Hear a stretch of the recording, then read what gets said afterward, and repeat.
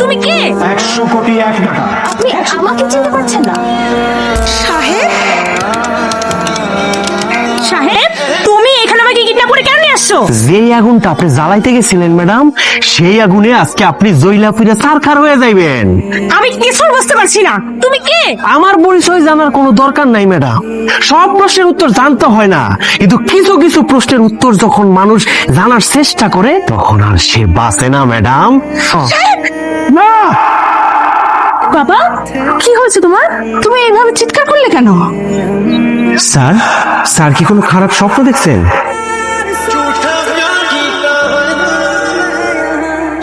ভিতরে যাইতেলে কার্ড লাগে, ভিআইপি কার্ড লাগে। What is this? High security, এই সমস্ত ফুটপাতের লোকজন তুমি অ্যালাউ করতেছো কেন? তোমাকে ওখানে রাখা হয়েছে কেন? সাহায্য চায়? আসো, টাকা নিয়ে যাও, বিদায় করো, বিদায় করো। স্যার, উনি তো ওনার সাথে কার্ড নিয়ে আইছে। আরে রাখো তোমার কার্ড। হ্যাঁ মিয়া ভাই, আপনি তো ঠিকই কইছেন। এই মিয়া, তোমার নিজের লেবাসটা একবার আয়না দেখছো? আরে স্টুপিড নাকি? এই কথা কি কানে জানো? যা এখান থেকে।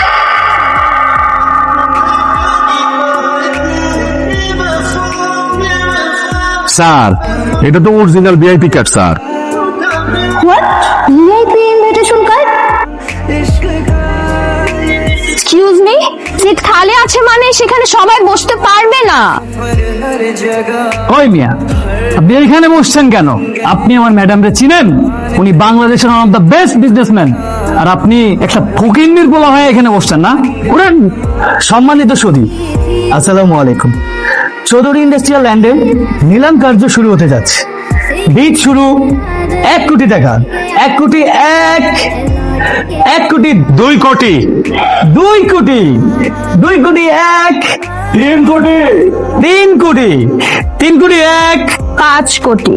5 কোটি 1 5 কোটি 2 5 কোটি 1 টাকা। হোয়াট? Are you mad? এটা কি নিলাম নাকি কাঁচা বাজার? আমি বুঝতেছি না কিছু, আপনারা বলেন। 1 টাকা কোনো ডাক হয় নাকি? কেন, নিয়মে কি লেখা আছে নাকি যে 1 টাকা বিট করা যাইব না? না স্যার, 1 টাকা হইলেও সেটা বৈধ বিট। তাহলে লেখা নেন 5 কোটি 1 টাকা। 5 কোটি 1 টাকা 1 7 কোটি। 7 কোটি 7 কোটি 1 টাকা। 10 কোটি 15 কোটি 50 কোটি। 50 কোটি 1 50 কোটি 2 100 কোটি 1 টাকা।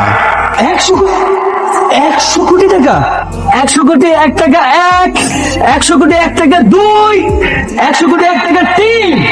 টাকা দিয়ে আপনি তো জমি কেনেননি, কিনেছেন একটা কাল সাপ যেটা প্রতি পদে পদে আপনাকে ছবল দেবে। Are you ready for that? আপনি জানেন না ওই জমিটুকু ছাড়া আশেপাশের সব জমি আমার, আর ওই জমিটুকুর জন্য আমার প্রজেক্টটা আটকে আছে। আপনি যদি আমার অনুরোধ করে বলতেন আমি বিষয়টা একটু ভাইবা দেখতাম, কিন্তু আপনি তো শুরু করছেন অহংকার দিয়া, আর সেই জন্য উত্তরটাও সেভাবেই পাইলেন। আপনি জানেন আমি কে? আরে আপনার চেনার আমার কোনো দরকার নাই তো, বরং আজকের পর থেকে আপনি আমারে চিনা রাখেন। সাহেব, তোকে একটা কথা বলি। একটা কথা কইবেন কেন স্যার? দুইজনে মিলে 10টা কথা কইবেন। আজকে তোর একা গেলে হয় না রে? কেন স্যার, কোন সমস্যা? আসলে হয়েছে কি ভাই, পুলিশ দেখলে না আমার নিজের অপরাধী মনে হয়, মনে হয় যে আমি অনেক বড় অপরাধ করছি, আমার ভয় লাগে। স্যার ভয়ের কিছু নাই। ভয়ের তো কিছু নাই, সেটা তোর জন্য। তুই কুম্ফু পারোস, বক্সিং পারোস, রেসলিং পারোস, মারামারি পারোস, ইংরেজি করতে পারোস, মানুষের শিক্ষা দিতে পারোস। আমার পুলিশ তোরে দেখলে সেলুটও দেয়। কি ব্যাপার মানহা, তোমরা এখনো রওনা মনে? আমার জন্যই দাঁড়িয়ে আছে বাবা। চলো চলো চলো।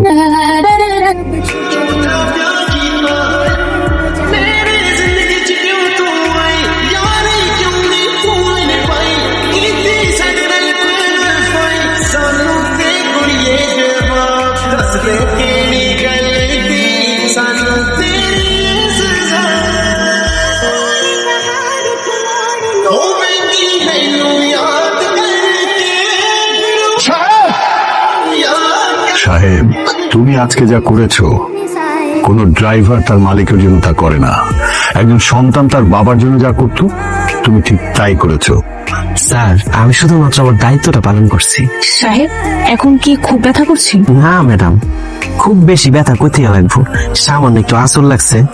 সামান্য আঁচড় লাগলে ডক্টর ব্যান্ডেজ করতে বলতো না। আচ্ছা, তো তোর এই জমিটার কি খবর? আর বলিস না, লিটারেলি সবকিছু প্ল্যান মোতাবেক চলতেছিল, থেকে হাম্মুক এসে 100 কোটি টাকা বিদ ধরে ফুল গেম চেঞ্জ করে দিছে। 100 কোটি? ইয়েস, 100 কোটি।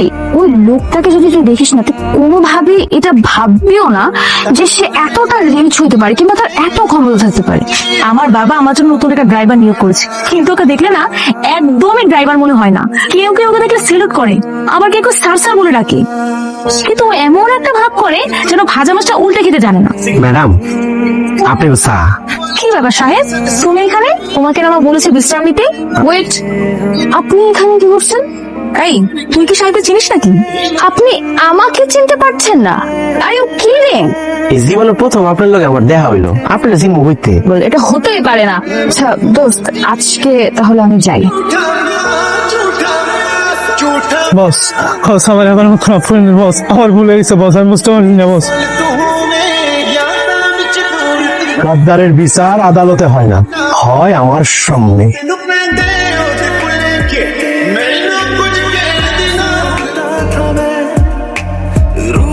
দয়া কইরা এটা ধরবেন না ম্যাডাম। সাহেব, মাঝে মধ্যে তুমি এমন আচরণ করো, আমি প্রতিনিয়ত অবাক হই। তুমি আসলে কে সাহেব? আমি কি, সে উত্তর যদি আমার কাছে থাকতো তাইলে হয়তো আপনার কষ্ট করে ভাবতে হইতো না ম্যাডাম।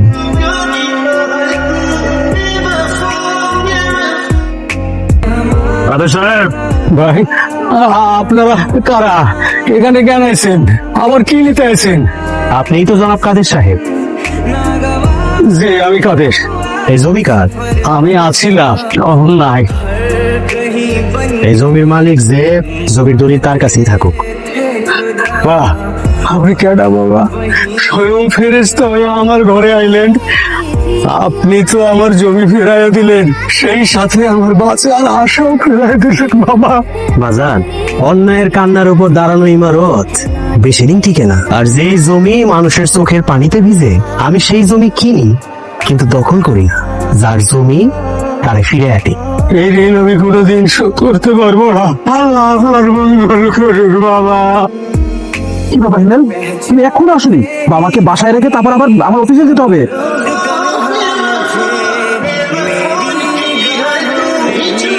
বাবা, বাবা, আপনি কিছু হয়নি তো? মানে আতঙ্কে আমি ভয়, মানে বিশ্বাসঘাতকতা করারও একটা সীমা থাকে, তুই পুরো সীমাটাই লঙ্ঘন করে দিয়েছিস। এক্ষুনি আমার চোখের সামনে থেকে চলে যাও। ভাই, তুমি আমার বাবার জীবন বাঁচাইছো, তুমি কি চাও আমার কাছে? একটা কাজ করো, কিছু টাকা দিই। স্যার, মানুষের জীবন দয়া করে টাকা দিয়ে মাপবেন না। মানুষ দুইটা কারণে পরিচয় গোপন করে, এক যখন সে কাউরে আঘাত করতে চায়, আর দুই যখন সে নিজের আঘাত থেকে বাঁচাইতে চায়। সাহেব, আমি জানি না তুই কোনটা, আমি শুধু এইটা জানতে চাই যে এই শহরে আমার চেহারার আর তৃতীয় কোনো মানুষ থাকবো না। বস, আজকে রাতে ওরা শেষ করে দিই। না, ওরে আমি নিজের হাতে শেষ করবো।